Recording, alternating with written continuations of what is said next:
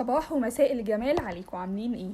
انا النهارده جايبه لكم حاجه مختلفه تماما. دجله كانيون او الممر الصخري اللي موجود في تجويفات الصحراء او الجبل. ما بين الجبلين تلاقي في شق كبير جدا بتنزل فيه كانه مغاره بالظبط. شكل الصخور حواليك كانها طالعه بالظبط من حاجه خياليه، فيلم خيالي، حكايه خياليه كنا بنسمعها زمان. جدول مية بيجري وسط الجبلين. المكان حاجة خرافية، يعني لمحب بقى الطبيعة وجمال المناظر الطبيعية والهدوء. لا، المكان ده هيعجبكم قوي، دجلة كانيون. حاولوا تروحوا تشوفوه ولو مرة في حياتكم.